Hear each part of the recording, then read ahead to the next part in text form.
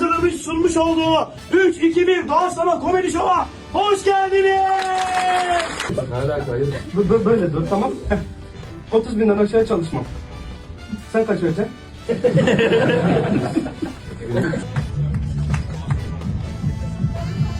Beyazlar kızı. Sen bak eşek işte. Ama bir de annem çok kötü şeyler dedi. Ben onları Ne dedi? sana anlatacağım şimdi. Annem dedi ki benim dedi kaynanam dedi çok dedi yılan dedi pis kadın dedi. Kaynana kim oluyor? Benim annem. Siz oraya alın ben anlamadım. Her yeri temizleyeceğim. Saçlarını da düzelt. Maksimum 20.000 lira veririm ben.